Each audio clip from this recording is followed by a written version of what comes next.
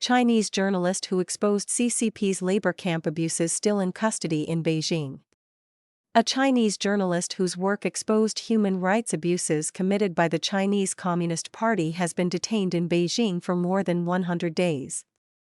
Du Bin, 54, was formally arrested in late November last year, according to people familiar with the matter who requested anonymity due to fears of reprisal. His case has been transferred to the Procuratorate for examination and prosecution as of late January, the sources told the Epoch Times.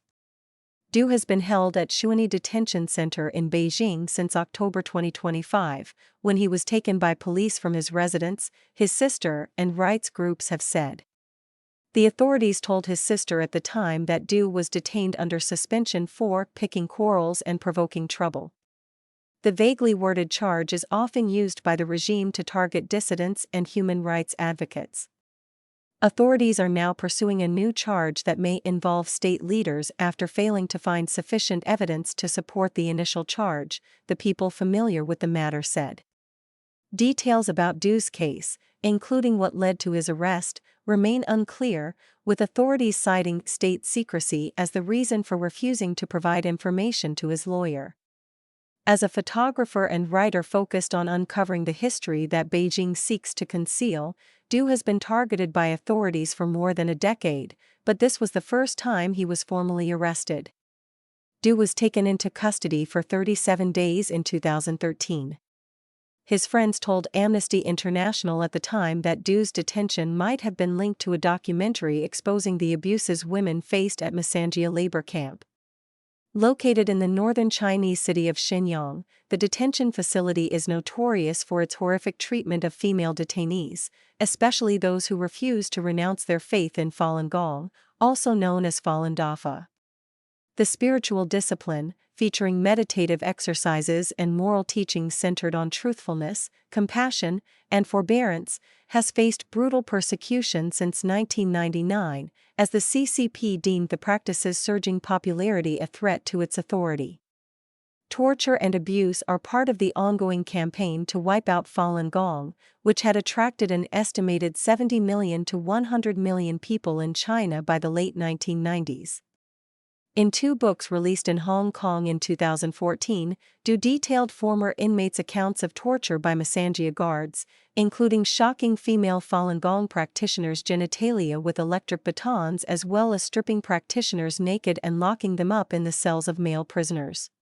Months after his release, Du was asked in an interview why he chose to write about Falun Gong, one that he himself acknowledged as the most sensitive topic in China.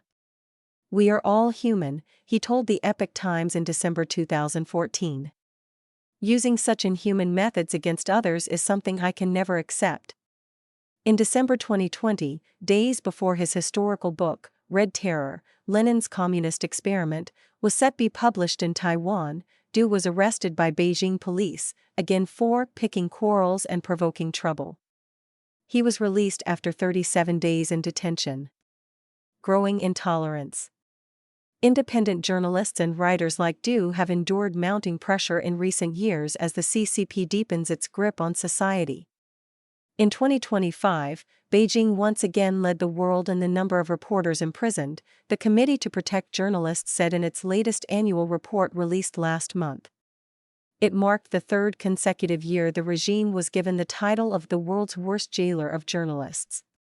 Earlier this week, a Hong Kong court handed down a 20-year prison term to Jimmy Lai, founder of a now-shuttered newspaper known for its critical coverage of the CCP, under a Beijing-imposed national security law. The court also gave heavy sentences to 6 former Apple Daily employees on national security charges. In mainland China, authorities in Sichuan recently detained 2 investigative journalists who wrote about corruption by local party officials, according to Reporters Without Borders. International human rights groups have denounced the harassment campaign against Du and called for his immediate release. The international community must step up pressure on Beijing to secure Du's release, along with that of all other journalists and press freedom defenders detained in China, Antoine Bernard, Director for Advocacy and Assistance at Reporters Without Borders, said in a December 2025 statement. Human Rights Watch, in a statement following Du's arrest, said the charge against Du highlighted the growing intolerance for dissent under Xi Jinping, the party's top leader. Du is also a photographer who once contributed to international media outlets, including the New York Times. But he was forced to stop after authorities denied him a work permit over his books. His work includes Tiananmen Massacre, which compiles first-hand accounts of the night of June 3 to 4, 1989, when CCP leaders deployed troops and tanks to suppress unarmed, pro-democracy students calling for political reform. That event remains one of the most heavily censored topics in China today. In an interview with the Epoch Times after his second release, Du appeared calm and undeterred. "I'm not pessimistic, nor am I afraid," he said in January 2021. "Because my work is based on actual events, all I've done is document them." Xin Ling and Gu Xiaohua contributed to this report.